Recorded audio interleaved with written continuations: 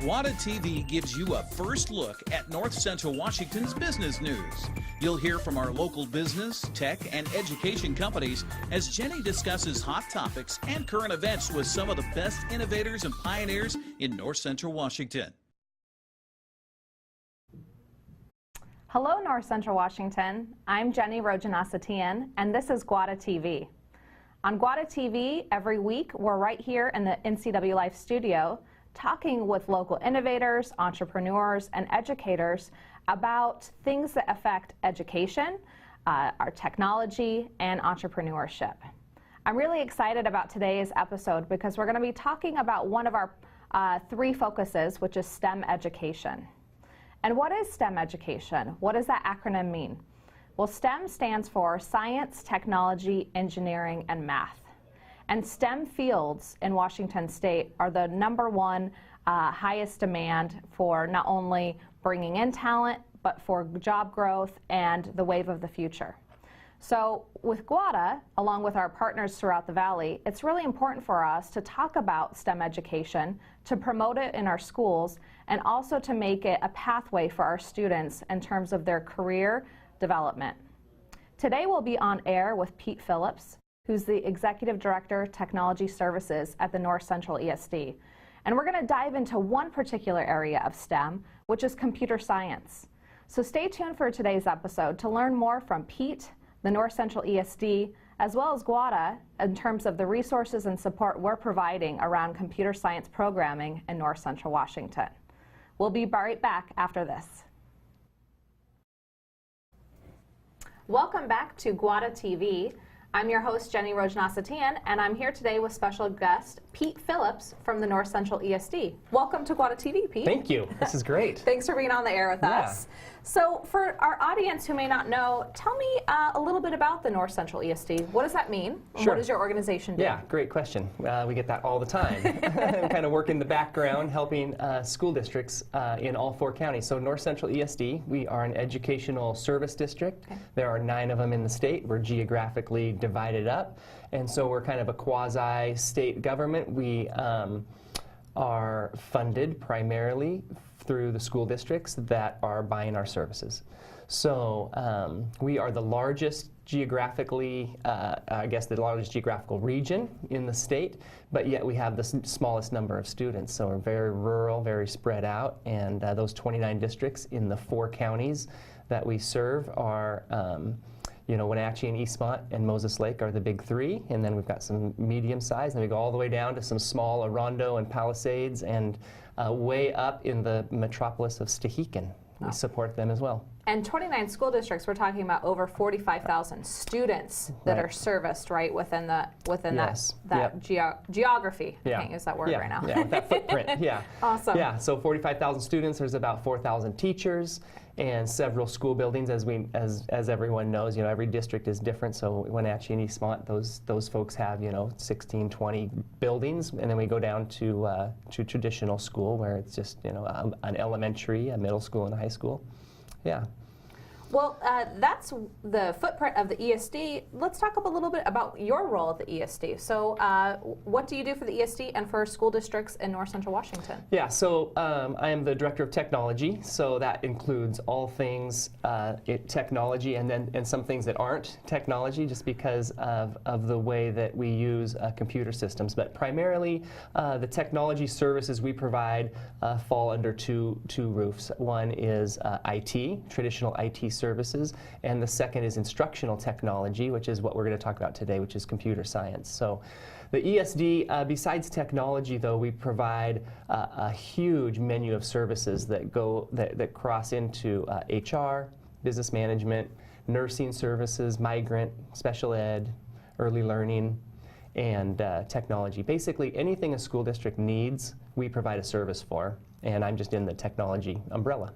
Perfect. Thank you for that explanation. And you can go to the ESD's website. They've got a great website, talks about their support services for the school districts and resources. You mentioned instructional technology. That's the support services you're doing to bring curriculum and professional development training to teachers. We like to use the term educators because they come many forms. So let's talk a little bit about instructional technology in terms of computer science. Why is computer science important? Yeah, as STEM, the word STEM, science, tech, engineering, and math, has increased over the last few years. One of the huge needs as we move into employment and the jobs that our kids are going to have as they grow up, graduate from high school, is in computer science, just in the digital age that we're in right now. There are thousands and thousands of open positions right now, just in Washington State, that need computer science. So. Computer science is a huge field, really, and we can separate that into some categories, but we typically think of programming and coding as computer science, and that's where most of these jobs are in the state right now. So there's a huge demand in industry, and so we're trying to satisfy that need. And so our role at the ESD basically is providing training and programs and opportunities for our teachers and our students to be exposed to computer science. And that's really important, that connection to from education into career and those pathways that we're building for our students. Of course, in North Central Washington and as community members, it's important to set up our children and our community for success. And as you're saying, the jobs are in computer science, an overwhelming number of positions that are open. So what are some of the tools that the ESD is using to get computer science education in the classroom? Yeah. It's interesting as we think about the path that our students take, and traditionally students have two paths. They are going to continue on to higher ed, or they're going to an IT type of school or certification, or they're just going to enter the workforce out of high school. And that's getting blown up a little bit more with the requirements of computer science, which don't require those traditional paths anymore. They could, but they don't have to. And so our role really right now is exposure. We're trying to help schools understand the need, which is out there on the back end as kids are graduating, but it needs to be systemic because we've got to grow this from a young age. It's like a language. Computer science is a language, and we hear that all the time when we talk programming, right? So it helps to start to learn a new language when you're young. And so traditionally, our schools are, as we teach reading, writing, and math, and as we go through the 4 R's that we used to have, back in the day, that's changing as well because of computer science and the need for programmers and the opportunities that our kids have. So ours is exposure, and we start it at elementary school, and we start with the teachers, and we use a few programs to get them going and teach them about it. And at the elementary level, there is a nationwide program called Code.org, right, that local school districts across North Central Washington are applying into the classroom, resources from Code.org, and then also outreach events. So let's talk a little bit about Code.org and how that gets programming and computer science into the mindsets of young children and parents. Yeah. Code.org is a great program, and there are others out there that are serving this market. But we've all heard, or you've probably heard of Hour of Code. That's where most people see the advertisements and the commercials, and where the elementary schools are making a big push. So Code.org is a company, nonprofit, that has free curriculum that is adaptable, and they're pushing for students to do an hour of code during a special week that I've identified. Typically, it's in the winter, in December sometime. And what we're doing is trying to make it into a game, right? So it's very graphical, it's drag and drop, it's super easy for elementary students to drag commands that make their robot move right 2 steps and up 2 steps and left 2 steps and pick up a prize. And so it's very graphical, easy to use, and it's a low level of introduction for the teacher too, which is what we see in with teachers and as any adult. When you don't understand something or something's new, we're kind of fearful of it and we kind of shy away from it. And almost all of our teachers are from non-coding backgrounds. That was just not something that they did when they got their training in whatever curriculum area coming out of school. And so we start with Code.org. So besides the hour of code, there's a full-blown curriculum, and we've really tried to push this into the math in the elementary. So we're talking kindergartners, 1st, 2nd, 3rd, 4th graders in their math class are doing coding, where they're programming the computer to do what they want it to do and having to use a little bit of math to make that happen. Well, I love the connection to a couple things. One, make it digestible for the teachers, bringing new curriculum into the classroom, which, as you said, programming could be overwhelming, but Code.org is making it really easy to translate into practices they're already doing. And then making it fun for kids, because we don't want to have these myths around computer science that it's an isolated, lonely career. Computer science can be fun, programming can be fun. So I love that resource with Code.org. When we come back, we've got to take a quick break. We'll dive more into computer science resources and what the North Central ESD is doing to promote that in our region. And we're back on Gwata TV with Pete Phillips from the North Central Education Service District. Pete and I have been talking about Code.org and programs that are really trying to influence elementary age students to get jazzed about computer science. Now that we've talked about elementary students, let's talk about other grade bands. What other resources are out there in terms of computer science? Yeah, so we've kind of broken this up into elementary, middle, and high school, three different grade bands. And at the middle school, there's a lot of computer science programs out there, and the sky's the limit. There's a lot of free options. There's a lot of different languages. So as we move into middle school and high school, we're talking about real coding that looks like what you would think these folks are doing behind the scenes to build apps and to build web pages and to build anything that makes the computer do what we want it to do, right? So what we're pushing right now is a great program called First Robotics that is a Lego sponsored. It's a Lego kit. Which we're all familiar with if you have kids, but it comes with a brain. It's programmable, and so the program is written on the computer, dumped into the wirelessly put into the brain. The kids would build a contraption around this, whether it's a car-like or a claw-like or something that moves, and then you push go, and this robot performs the task that you've coded. So it's a great next step from Code.org at the elementary to still a graphical, and as you can imagine, when you throw Legos into a classroom, anything's engaging, right, as the kids are building it. And so this ends up culminating in an option for the school to join an event, whether they do it within their local school, regional, state, and then national, where their robots are competing against each other head-to-head kind of at these competitions. And so we've seen this on TV. The ones they show on TV are where those robots are tearing each other apart, right? It's a fight to the death type of, and I can't remember what the TV show is, but it's similar to that, but they're just completing an obstacle course rather than fighting against something else. They're doing a certain task that these 6th, 7th, 8th graders are programming and working as a team to collaborate on around computer science, yeah.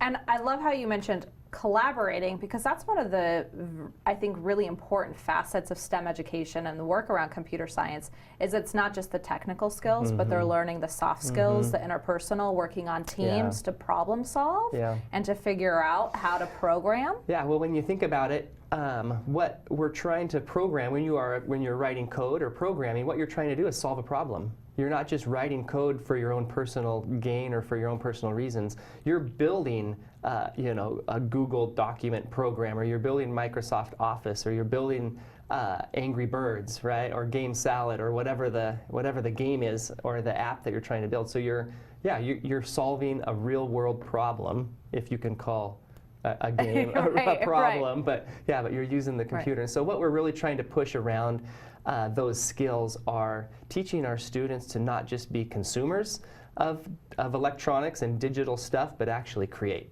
and make something that's going to make a difference. And I think that's such an important note, because while we're passionate about these computer science careers, we know not every student is going to become a computer programmer, but regardless, they're going to get the content and knowledge to learn a new language, get exposure to the career opportunity, but it's still teaching them these problem solving, critical thinking, and really important to their education. Yeah, and computer science is heavily integrated with math and engineering, and you're right, so it's problem solving. And with computer science, one of the beautiful things that I love about it is the failure, right? Because that's how you learn. And with computer science and with programming, it's test and redesign and test and redesign. So it's constant failure. And we don't talk about it in those terms. We talk about you just never giving up, keep trying, and eventually it becomes the robot does what you want it to do. an important character building element, right? Yeah, absolutely. Learning how to fail, Right. taking that in stride and continuing the pathways. So that's really exciting around middle school and the first LEGO League robotics. What does it look like when they transition into high school? Yeah, so the program at the high school level right now, again, there's several. What we are focused on right now is a program called TEALS, which is a Microsoft program, which basically is computer science availability to all students, right? And this is the real deal. This is where we move away from code.org and FIRST Robotics of playing with a game or an object. TEALS becomes you know, semicolons and parentheses and the real coding that we used to do when we went through, you know, when coding happened when we were in high school. You're typing in lines of code and you're pushing go to see if it's going to test that. And so what TEALS is, like I said, it's Microsoft sponsored, but it doesn't have anything to do with Microsoft. And it's very low cost to the district. The beautiful thing about TEALS is the high school teacher that teaches this class does not have to know anything about coding. What the TEALS program does is bring in real-life coders. They take an hour off of their job each morning from 8 o'clock to 9 o'clock in the morning, and these are Amazon and Google and Microsoft employees, Apple employees that are volunteering their time to Skype in or video conference in to this classroom in rural central Washington and teach these kids coding right alongside the teacher. So the teacher is learning with the kids. They're actually a student in the class. They have to handle the classroom management, but the instruction and the curriculum is coming from these experts in the field that are teaching. And then these experts, as they work in the classroom through Skype and they train that teacher, it allows the teacher in future years to teach that curriculum. So it's kind of a mentorship process for that teacher, a professional development opportunity for that teacher to learn a new skill set to teach students. Exactly. It's a 2-year program, and the intent is that the teacher will then teach the class after 2 years. And the classes, there's a few different classes. They've got some basic computer science. It moves all the way up into some AP type computer science classes, and gives the students a great opportunity for those that aren't exposed and have never been exposed. And we have several success stories from a lot of our high schools around the area of students that have never taken computer science, and now they're going to continue their education. They're going to a 4-year university or a trade school, and they want to be programmers. That's really exciting that it's led to tangible results for our students in terms of pathways. And I know of a couple school districts who are doing a great job with the TEALS program. Quincy School District comes to mind. Ross Kondo is the TEALS teacher there, and he's showcased at events. There's more and more school districts coming online to TEALS. Is that correct? Yeah, we have 11 out of our 29 are doing it this year. And we have about another 10 or so that have applied to start next year. And really we're leading the state with TEALS implementation in the high schools, even on the west side across the state. So it's really exciting to have that partnership with Microsoft just to get that exposure, but also just to see students that have never been exposed to this have this opportunity to take a shot at, and you're right, it's not for everybody. This is where they find out if they like it or they hate it, and then they can move on. There's no reason why North Central Washington can't be a pioneer in this space. We have a lot of rich assets. We've been a leader in agriculture and other industries for many years, so it's exciting that we're leading the charge with computer science education.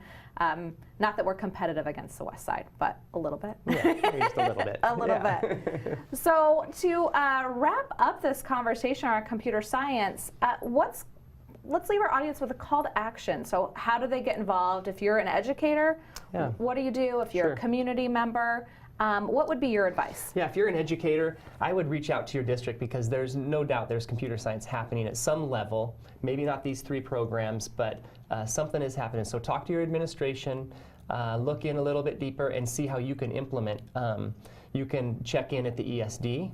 Our bread and butter is providing professional development. So we have courses continually throughout the year on code.org, FIRST Robotics, and TEALS, getting folks going. And then outside of education, parents, grandparents, check with your school, because there are a lot of outreach programs that are happening where computer science is being demonstrated or introduced in an evening class or a showcase event, or look for a first LEGO League robotics event that's in the valley. And then also I just want to put out a call for our folks in the business world. If you're a programmer or you are employing those type of folks, we have high school students that are looking to get into your business to see how it works. So mentorships, internships, just kind of spreading that experience around so these kids can see what it's really like to work in industry. Well, thank you, Pete, for your time today on Gwata TV.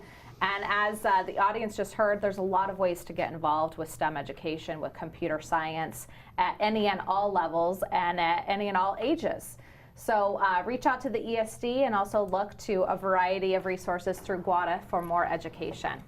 It's time for a quick break, but when we come back, we'll have a tech tip, and then we will be wrapping up our segment of Gwata TV. So stay tuned.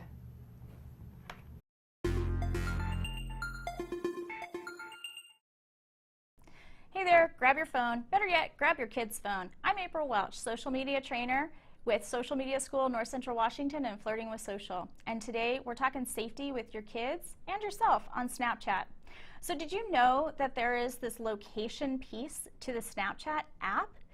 Yeah, it's kind of scary, especially when you think about your kids. Grab your kid's phone. I want you to open the app, and I want you to look for their picture in the upper left. When you tap on that, you should open a screen that'll take you to essentially starting to get into their settings.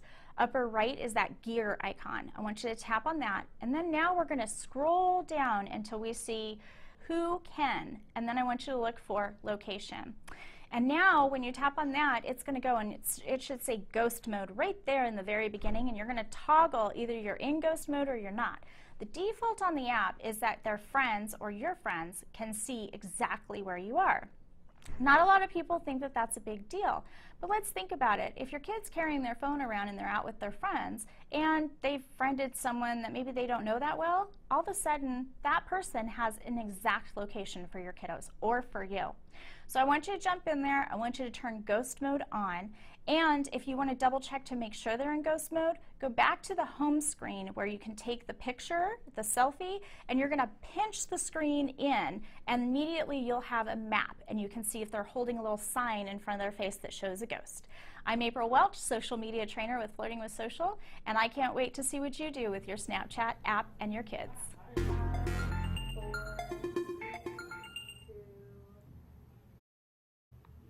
Thank you for that tech tip, April. Today's been a great episode on Gwata TV. We talked with Pete Phillips from the North Central Education Service District about computer science and STEM education. And in that frame, I want to talk a little bit more about STEM education in North Central Washington and give you a preview on the Apple STEM Network.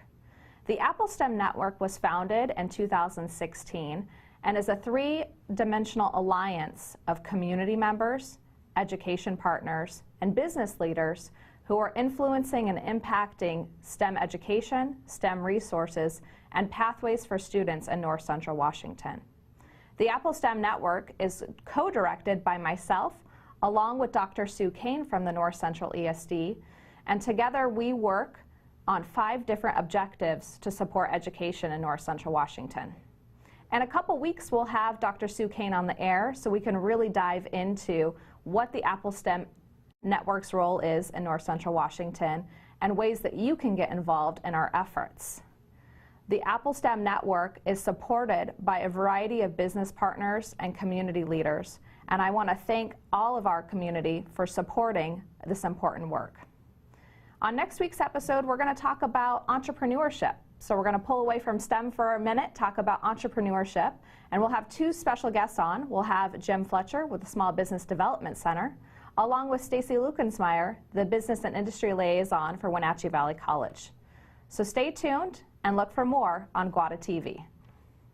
Since 1999, Gwata has served as North Central Washington's Tech Alliance. As a 501c3, our mission is to bring people and technology resources together to create a thriving community. Through our work, we aim to inspire, engage, and connect.